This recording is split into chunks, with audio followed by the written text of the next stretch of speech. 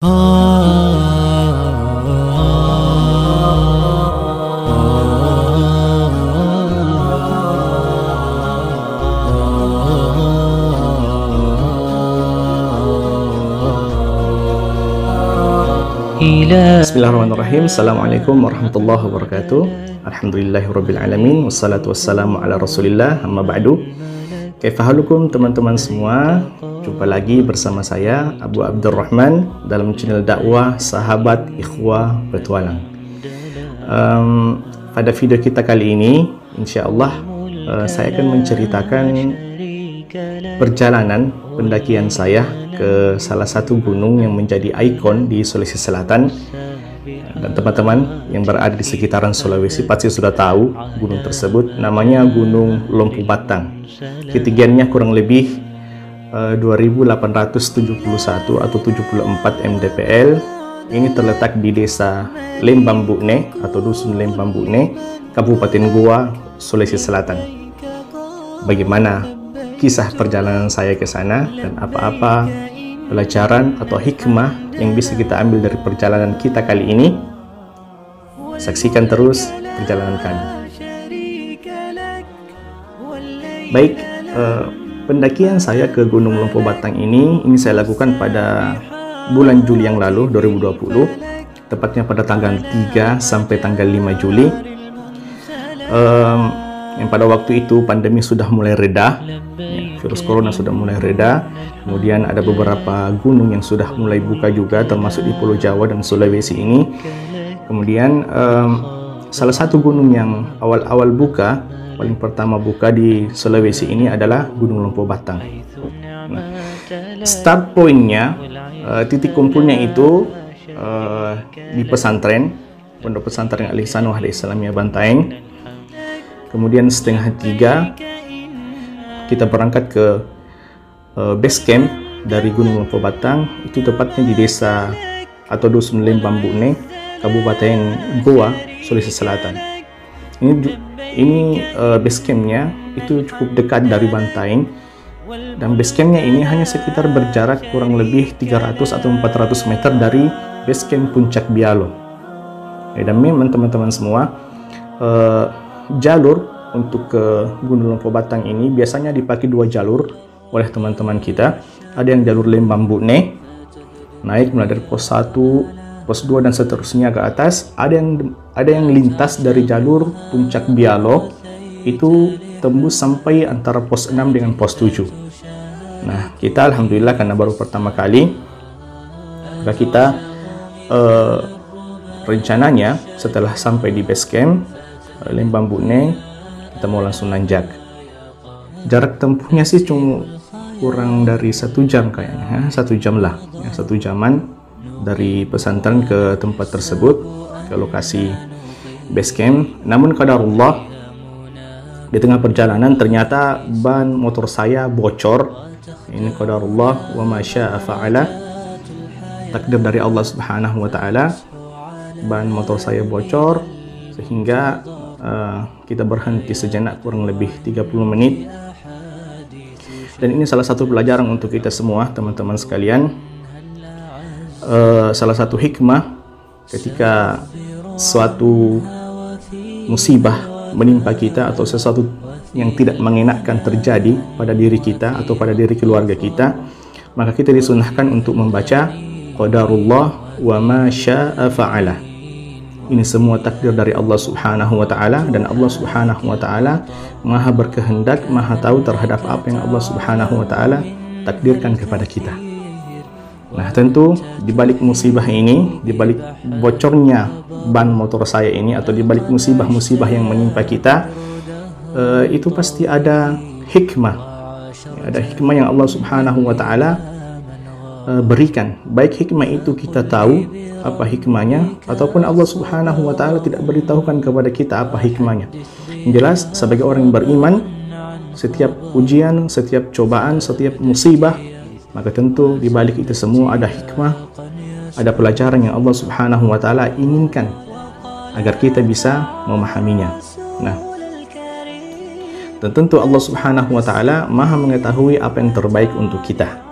Makanya Allah Subhanahu wa taala berfirman dalam Al-Qur'an dalam surah Al-Baqarah ayat 216, Allah berfirman, "Asa an takrahu syai'a wa huwa khairul lakum." Boleh jadi engkau membenci sesuatu, boleh jadi engkau tidak menyenangi sesuatu, padahal bagi Allah itu baik bagimu. Wa asa an tuhibbu syai'a wa huwa syarrul lakum. Dan boleh jadi engkau menyenangi sesuatu, mencintai sesuatu, padahal bagi Allah itu tidak baik bagimu. Nah, kemudian sekitar pukul 4 sore, akhirnya alhamdulillah biidznillah kita sudah sampai di base camp Lembang Bune, base camp resmi dari pendakian ke Gunung Lompoh Batang. Nah, ketika kita sampai di sana, kita kemudian registrasi, dan semua barang-barang kita keluarkan semua. Ya, kita keluarkan karena di base camp itu ada tata tertibnya, barang-barang apa yang boleh kita bawa dan barang-barang apa yang tidak boleh kita bawa naik ke Gunung Lompoh Batang. Ya, di antara yang tidak boleh kita bawa itu adalah ya, saya kira teman-teman semua sudah tahu, minuman keras, kemudian barang-barang terlarang, obat-obatan terlarang, kemudian senjata tajam, ya, senjata tajam yang tidak kita perlukan itu tidak boleh kita, termasuk minuman keras, ya, minuman keras itu tidak boleh kita bawa naik ke gunung karena ini bisa berefek dan berbahaya bagi pendaki-pendaki yang lainnya.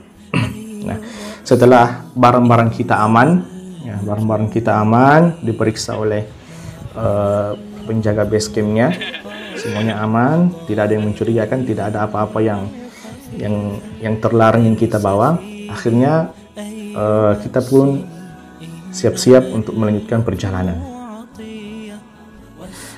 Nah, yang menjadi leader pada petualangan kita kali ini, pada pendakian ke Gunung Lompoh Batang ini adalah Jabal, teman dari Syahrul. Kemudian navigatornya adalah Ridwan, namanya Ridwan. Kemudian yang menjadi sweeper ini adalah si Syahrulnya. Alhamdulillah saya sangat terbantu dengan ketiga orang ini yang bersedia membantu dalam pendakian saya ke Gunung Lompoh Batang. Nah, dari base camp kemudian kita start berjalan sampai ke pos 1. Itu kurang lebih kalau tidak salah 15 menit perjalanan sampai ke pos 1, melewati rumah-rumah penduduk, perkampungan, kemudian ladang-ladang juga, kebun-kebun yang ada di sana, sampai di pos 1. Dan ketika sampai di sana, ya Allahu Akbar, saya kemudian terkejut dengan trek dari pos 1 sampai ke pos 2. Ya, ternyata seperti ini teman-teman semua. Dan bukan hanya itu, ya, ketika ini sebentar insya Allah akan kita ceritakan, dari pos 1 sampai, sebenarnya dari pos 1 sampai ke pos 10 itu treknya seperti ini, ya, nanjak terus. Kalau bisa kita katakan trek di Gunung Lompoh Batang ini 95% 90% adalah tanjakan, 5%-nya adalah bonus. Bisa kita bayangkan bagaimana capeknya kita dalam perjalanan. Nah, saya lihat ke atas dari pos 1, ya, di situ tertulis selamat datang, sampai naik ke pos 2 ternyata cukup terjal treknya, tapi alhamdulillah ya kita jalani, karena ini adalah baru pertama kalinya saya ke Gunung Lompoh Batang. Kita jalani treknya, dan itu kita start berangkat dari pos 1 nanjak itu setengah 5 kayaknya, atau jam 5 kita mulai start, kemudian naik sampai ke pos 2 itu maghrib, ya, maghrib, jadi sekitar 1 jam perjalanan sampai di pos 2 maghrib. Kemudian kita rehat di pos 2, kita istirahat sejenak, kita sholat, kemudian kita makan juga di pos 2 karena rencananya kita mau trekking sampai ke pos 4. Rencananya nanti di pos 4 kita akan camp, nanti besoknya baru kita lanjutkan ke pos 9.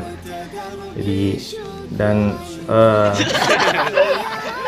kita kemudian sholat, saya katakan tadi kita sholat, kemudian makan, dan diskusi kecil dengan teman-teman, berbagi pengalaman dengan adik-adik saya ini.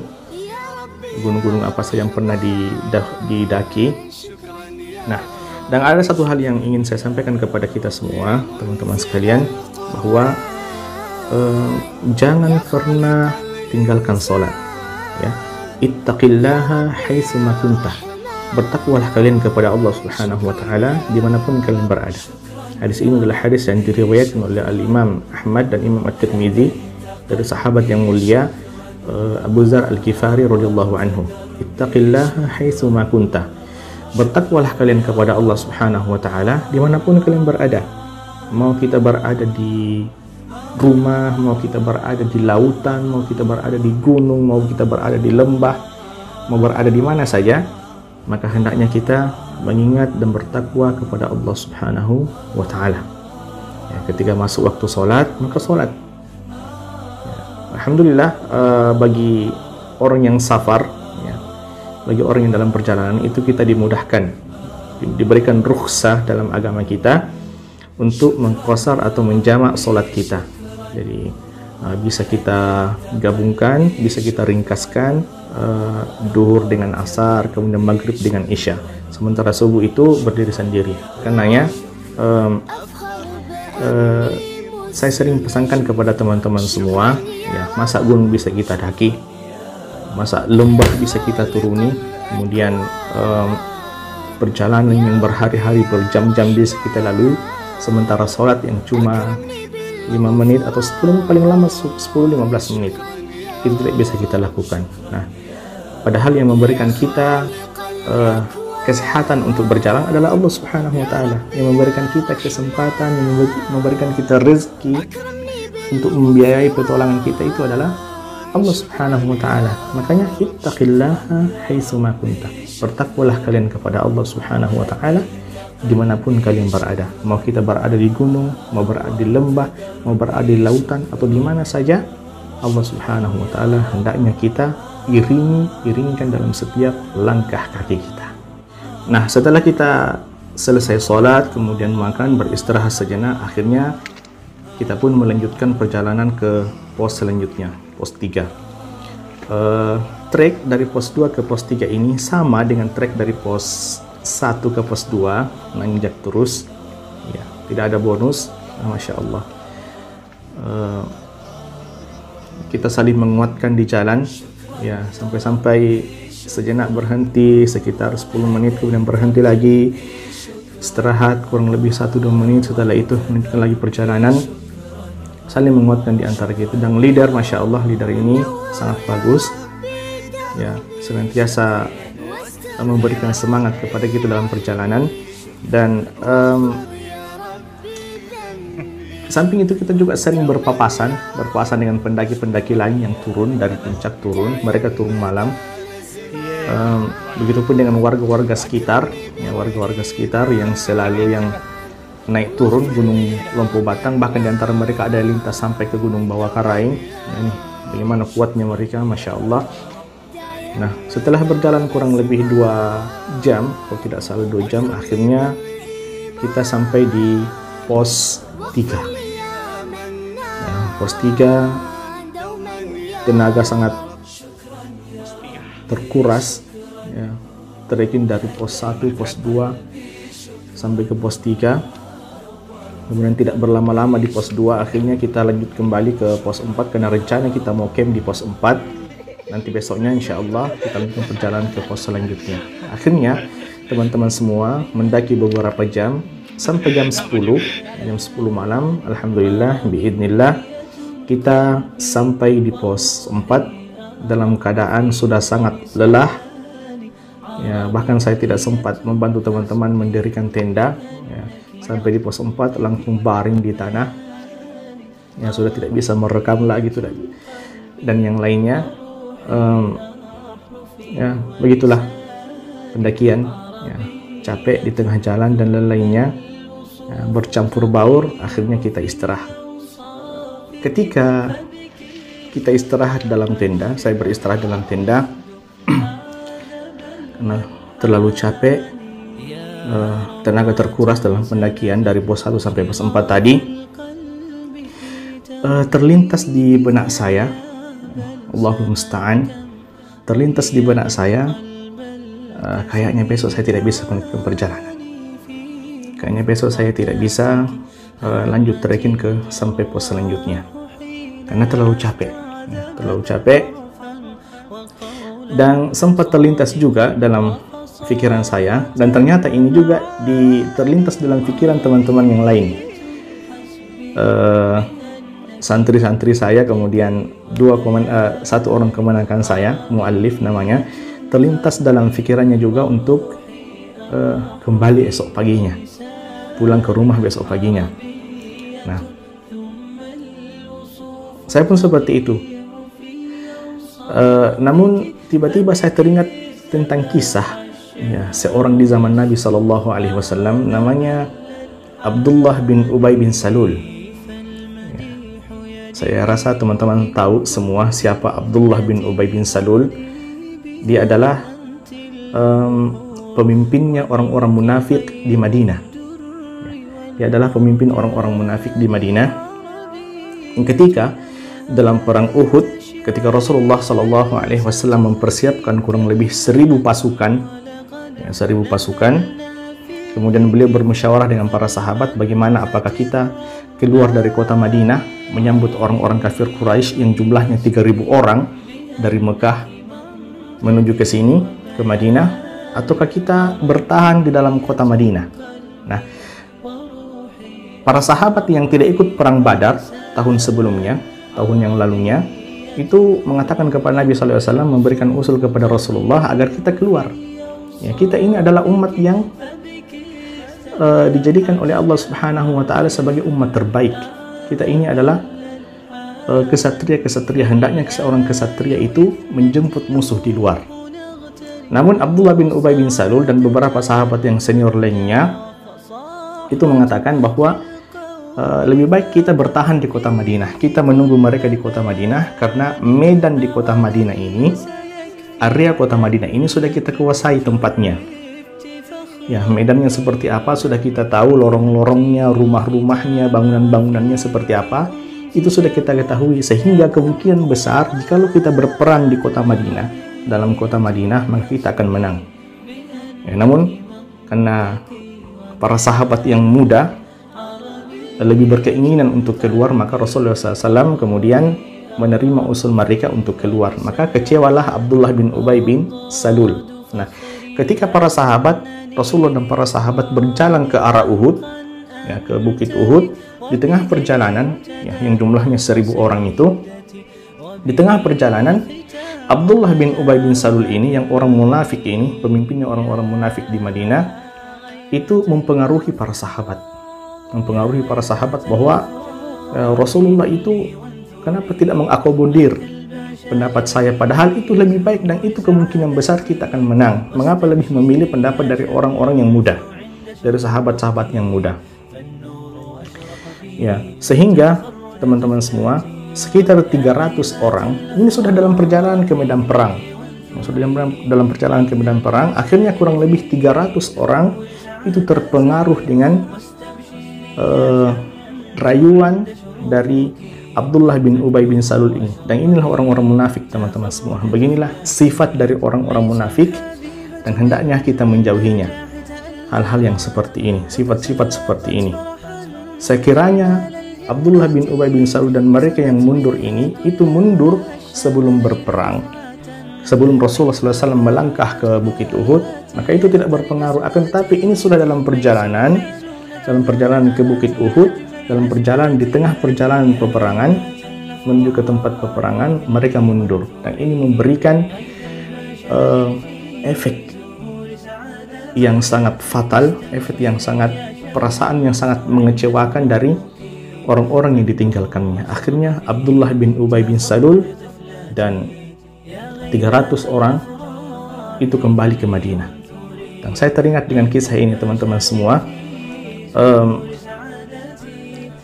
Pada malam itu, sehingga saya bertekad pagi harinya saya harus melanjutkan perjalanan, karena jangan sampai sifat saya sama seperti sifat dari Abdullah bin Ubay bin Salul, sudah dalam tengah perjalanan menuju ke tempat tujuan, di tengah jalan pulang. Nah, ini adalah salah satu di antara sifat dari orang-orang munafik. Ketika kita masih bisa, mengapa tidak kita melanjutkan perjalanan. Dan alhamdulillah teman-teman semua, saya berwasilah untuk menjaga stamina, untuk meningkatkan imun tubuh. Saya memakai ini, ya, British Propolis, sebagai wasilah dalam meningkatkan stamina, menjaga stamina saya. Dan alhamdulillah malam harinya ketika sebelum tidur saya minum dalam tenda, alhamdulillah biidznillah di pagi harinya kembali segar seperti biasa. Yang tadinya otot-otot paha tegang, otot-otot yang ada di betis tegang-tegang semua, akhirnya bisa kembali normal seperti biasa biidznillah, alhamdulillah. Sehingga di pagi harinya kita bisa melanjutkan perjalanan ke pos selanjutnya.